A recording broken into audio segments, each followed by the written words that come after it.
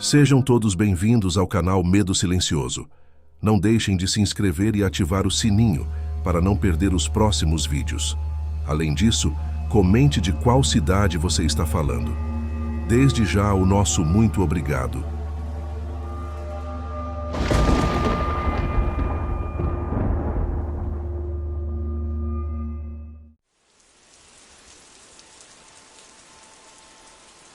A pequena cidade de Santa Olívia estava acostumada ao silêncio noturno, interrompido apenas pelo canto dos grilos e o farfalhar das folhas ao vento. Mas numa noite de outono, esse silêncio foi despedaçado por um grito agonizante. O corpo de Antônio, o agricultor, foi encontrado ao amanhecer, dilacerado de maneira tão grotesca que nem os mais experientes caçadores de Santa Olívia conseguiram identificar o que o havia atacado. O terror espalhou-se rapidamente. Nos dias que se seguiram, outras pessoas desapareceram, apenas para serem encontradas mais tarde, vítimas da mesma violência brutal. Mas o que realmente gelava os corações era o que os poucos sobreviventes dos ataques começavam a contar. Eles falavam de uma criatura que não era deste mundo, uma besta de olhos brilhantes e dentes afiados, coberta de pelos escuros como a noite, mas com a forma distorcida de um homem. Esses sobreviventes, no entanto, trouxeram um problema ainda maior, pois a cada novo ataque, parecia que mais dessas criaturas surgiam das sombras. Era como se a própria presença dos sobreviventes alimentasse o surgimento de novas bestas. A cidade, que inicialmente celebrava aqueles que escapavam com vida, logo percebeu que a verdadeira maldição estava em sobreviver. Desesperados e sem saber o que fazer, os moradores de Santa Olívia buscaram ajuda na única instituição que lhes restava: a igreja. O padre Miguel, um homem de fé inabalável e de poucas palavras, enviou uma mensagem urgente para a diocese, implorando por auxílio.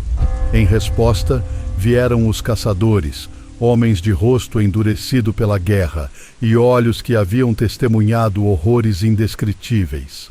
Ao chegarem, os caçadores se depararam com uma cidade à beira do colapso, onde o medo havia se tornado o novo governante. Após ouvirem os relatos e analisarem os corpos, os caçadores tomaram uma decisão.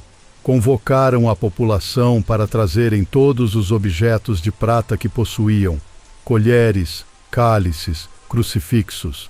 Tudo foi derretido para formar balas de prata, o único meio eficaz de destruir as criaturas que os aterrorizavam. Assim, começou a caçada.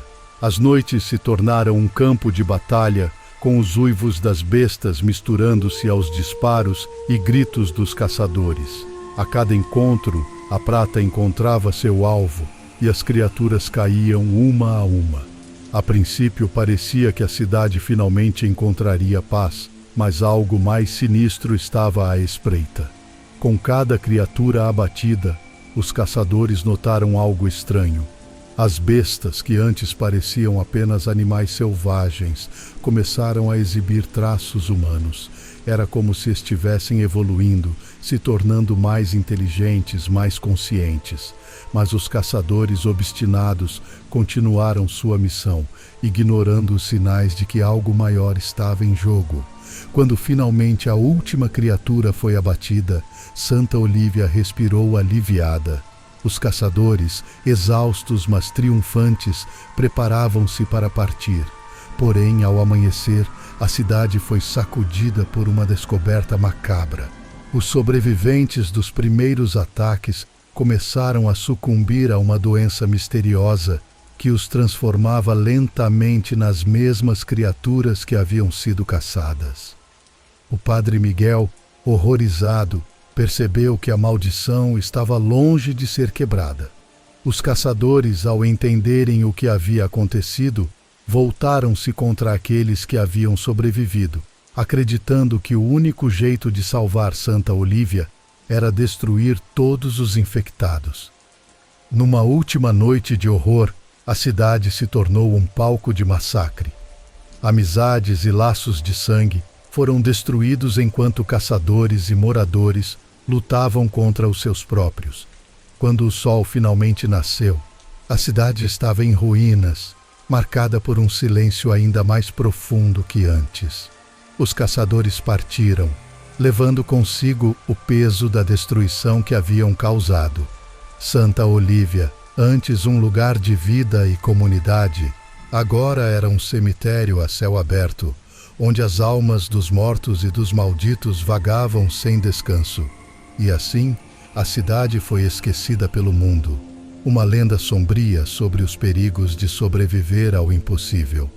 Pois em Santa Olívia, aqueles que sobreviviam à noite levavam consigo a maldição eterna de se tornarem aquilo que mais temiam.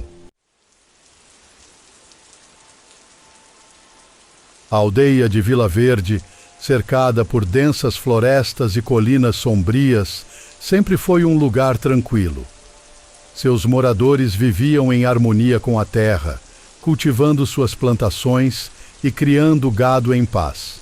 Mas tudo mudou numa noite de lua cheia, quando os primeiros uivos ecoaram pelas montanhas. Pedro, o caçador mais experiente da aldeia, estava no meio da floresta quando ouviu o som pela primeira vez. Não era o uivo de um lobo comum, era algo mais profundo, mais feroz, que fez seu sangue gelar. Intrigado, Pedro seguiu o som, acreditando que talvez fosse uma nova espécie de predador. Mas o que ele encontrou naquela clareira mudou sua vida para sempre. Entre as sombras das árvores, Pedro avistou uma criatura de pesadelo. Alta, musculosa e coberta de pelos, tinha o rosto de um homem distorcido pela fúria e pelos caninos que brilhavam à luz da lua. Os olhos, vermelhos como o fogo, fixaram-se em Pedro, e antes que ele pudesse reagir, a criatura atacou. Pedro conseguiu escapar com vida, mas apenas por pouco. Quando ele voltou para a aldeia, coberto de sangue e com o olhar perdido, tentou alertar os outros. Mas quem acreditaria em uma história tão absurda? Apenas os mais velhos, que sussurravam sobre antigas lendas de lobisomens, criaturas que nasciam quando um homem era amaldiçoado pela lua cheia, deram ouvidos a ele. Nas noites seguintes, os ataques começaram. Gado era encontrado morto, brutalmente despedaçado, e os moradores começaram a desaparecer. O medo se espalhou pela aldeia, e ninguém ousava sair de casa depois do anoitecer. Os uivos, sempre distantes no início, agora pareciam cada vez mais próximos, rondando as casas, esperando pelo momento certo para atacar. Pedro, tomado pela culpa de não ter conseguido matar a criatura naquela primeira noite, decidiu agir. Reuniu um grupo de homens corajosos e armou-se com lanças e machados, todos embebidos em prata, pois as lendas diziam que era o único metal capaz de ferir um lobisomem. Na próxima noite de lua cheia, eles partiram para a floresta, determinados a encontrar e destruir o monstro. Mas o que encontraram foi algo pior do que esperavam. A criatura não estava sozinha. Nas sombras, outras figuras bestiais começaram a aparecer. Cada uma delas era um reflexo distorcido de um homem que já vivera na aldeia, pessoas que haviam desaparecido nas últimas semanas.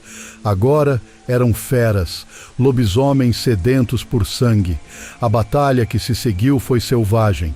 Os homens de Vila Verde lutaram com todas as suas forças, mas estavam em menor número e sem a crueldade dos monstros.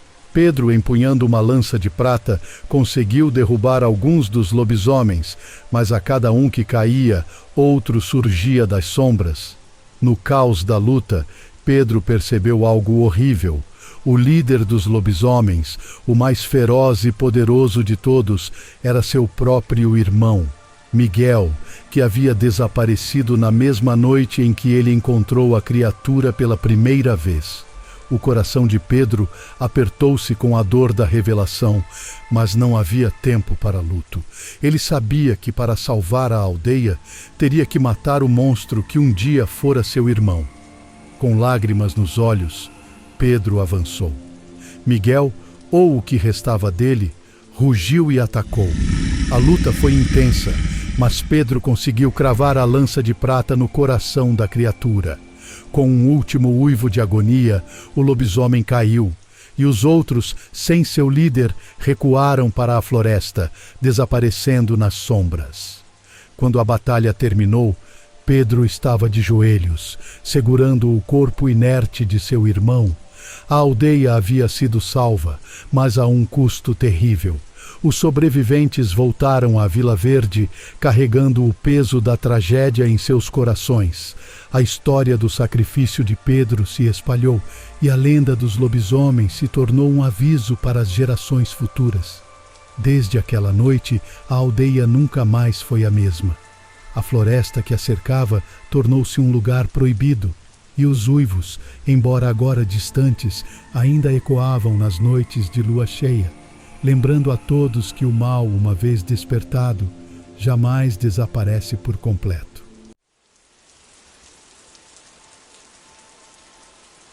Este caso aconteceu com minha mãe quando ela tinha 15 anos e com meu tio, que na época tinha 14. Desde que eu e minhas irmãs éramos crianças, ela nos contava essa história, sempre com um tom de mistério e reverência. Na época, eles viviam com meus avós em um sítio no interior de Piracaia, São Paulo. Meu tio era um adolescente irreverente, que gostava de zombar do sobrenatural e falava muitos palavrões, mesmo durante a Quaresma, quando todos acreditavam que o respeito era ainda mais necessário. Certo dia, durante a Quaresma, minha mãe e meu tio foram buscar um saco de sal na casa de uma tia, que morava a alguns quilômetros do sítio. Eles passaram o dia por lá, mas quando se deram conta, já era noite. No caminho de volta, meu tio continuava com seus palavrões, ignorando as advertências de minha mãe para que tivesse mais respeito, especialmente naquela época do ano. Quando finalmente chegaram à porteira do sítio, perto de um ribeirão, avistaram algo que os paralisou de medo. Perto da água estava uma criatura magra e de pele branca. A parte da frente do seu corpo era mais baixa que a de trás, e ela se movia de uma maneira estranha, como se estivesse apoiada nos cotovelos. Seu rosto era parecido com o de um cachorro, mas de uma feiura sobrenatural. As orelhas longas e caídas batiam contra o rosto do bicho, produzindo um som perturbador, e a criatura parecia estar farejando o ar. Minha mãe, tentando se acalmar, comentou que poderia ser um bezerro, já que meu avô criava gado. Mas meu tio, com sua típica irreverência, respondeu: "É nada, isso aí é um lobisomem." No instante em que ele disse isso, a criatura levantou a cabeça e as orelhas começaram a bater com mais força, como se tivessem entendido suas palavras. Foi nesse momento que o terror os dominou. Percebendo que aquilo não era um bezerro, começaram a correr em direção à casa do meu avô, abandonando o saco de sal no chão. Minha mãe, apavorada, olhou para trás e viu a criatura seguindo-os, suas orelhas ainda batendo furiosamente e o corpo inclinado para a frente. A casa do meu avô era cercada por gravataí, uma planta com folhas grossas e espinhos que servia para manter os porcos afastados. Meu tio, desesperado, atravessou o gravataí, enquanto minha mãe, tentando manter a calma, abriu a porteira do quintal. Quando chegaram à casa, começaram a bater na porta, implorando para que a abrissem. Ao entrar, meu tio estava tão assustado que mal conseguia falar. Minha mãe contou ao meu avô o que havia acontecido. Ele, então, olhou pelo buraco da janela e disse que a criatura estava no quintal, pois minha mãe havia deixado a porteira aberta. Todos ficaram em silêncio, atentos aos sons ao redor. Alguns minutos depois, ouviram um barulho alto vindo do poleiro das galinhas, mas ninguém teve coragem de sair para verificar o que era. Na manhã seguinte, com a luz do dia, meu avô afirmou que o que eles haviam visto era um lobisomem. Mas havia algo ainda mais aterrorizante. De acordo com a crença popular, quando o lobisomem era preto, significava que ele estava vivo. Mas se fosse branco, como o que eles viram, significava que era um lobisomem morto, condenado a vagar eternamente. Minha mãe sempre nos dizia que mesmo após a morte, a sina do lobisomem continuava. E até hoje me pergunto, será que essas criaturas realmente continuam a vagar, mesmo depois de mortas? Desde cedo, sempre fui fascinado por filmes, livros e histórias de terror. Quando eu, minha irmã e meus primos éramos crianças, costumávamos nos reunir ao redor dos mais velhos para ouvir suas narrativas assustadoras. Verdadeiras ou não, essas histórias tinham o poder de nos deixar apavorados, fazendo-nos ir dormir com os sentidos aguçados. Qualquer barulho, por mais insignificante que fosse, despertava nossa atenção, levando nossas imaginações a trabalhar freneticamente. Seriam os sons noturnos causados por alguma entidade sobrenatural? Ou apenas por grilos, cães e o vento nas árvores? Quando estamos com medo, qualquer ruído se torna aterrorizante, não é mesmo? A seguir, vou tentar narrar um conto que ouvi na minha infância, supostamente vivido pelo meu avô. Vitor, meu avô, havia ido até a casa de um vizinho para ajudar na construção de um celeiro. O trabalho se prolongou mais do que o esperado, e a noite caiu rapidamente. Depois de concluírem o serviço e trocarem algumas palavras, todos seguiram caminhos diferentes de volta às suas casas. Era uma noite de lua cheia. Embora a luz da lua iluminasse o caminho, criava sombras assustadoras entre as árvores. Vitor seguia por uma trilha, com um pequeno lampião em uma mão para avistar cobras e um facão na outra para proteção. A região serrana, envolta em uma neblina crescente, tornava a paisagem ainda mais fria e sinistra. Acostumado à vida no campo, Vitor caminhava com naturalidade, mas sempre atento aos sons da mata. Quando estava se aproximando de casa, ouviu um barulho não muito distante. Parecia um rosnado. Ele se concentrou, tentando identificar de onde vinha aquele som. O que poderia ser? Talvez um cachorro do mato. Acelerou seus passos e apertou o cabo do facão, buscando se sentir mais seguro. Novamente ouviu o rosnado, desta vez mais alto, como se a criatura estivesse se aproximando. Continuou a caminhada, até que avistou um vulto negro pular na trilha à sua frente. Instintivamente, levantou o facão e posicionou o lampião para iluminar a criatura. O que ele viu era algo que nunca havia encontrado antes. Uma espécie de cão enorme, com a boca aberta em um rosnado ameaçador, exibindo presas afiadas. O corpo da criatura era coberto por pelos negros e suas patas eram tão grandes quanto as de um urso. A fera babava e avançava em direção a Vitor. Em um ato de desespero, ele desceu o facão e acertou a orelha do bicho, que soltou um ganido e recuou para a lateral da trilha. Os sons que a criatura emitia eram de arrepiar, como se viessem de outro mundo. Gemidos horríveis ecoavam pela escuridão. Recuperando-se do choque, Vitor começou a correr pela trilha, o mais rápido que podia, até chegar em casa. Ao chegar, abriu a porta, trancou-a e imediatamente pegou seu rifle. Sua esposa, percebendo sua agitação, levantou-se para ver o que estava acontecendo. Ao olhar para ele, viu o pânico em seus olhos. Perguntou o que havia acontecido e Vitor, ofegante, explicou que uma criatura terrível havia cruzado seu caminho, mas que ele conseguiu arrancar-lhe uma orelha. Lá fora, ao longe, ainda podiam ser ouvidos os ganidos e rosnados. Vitor ficou próximo à porta, atento, dizendo que, se a criatura tentasse entrar, ele estouraria sua cabeça. Sua esposa, agarrada a um crucifixo, ajoelhou-se e começou a rezar.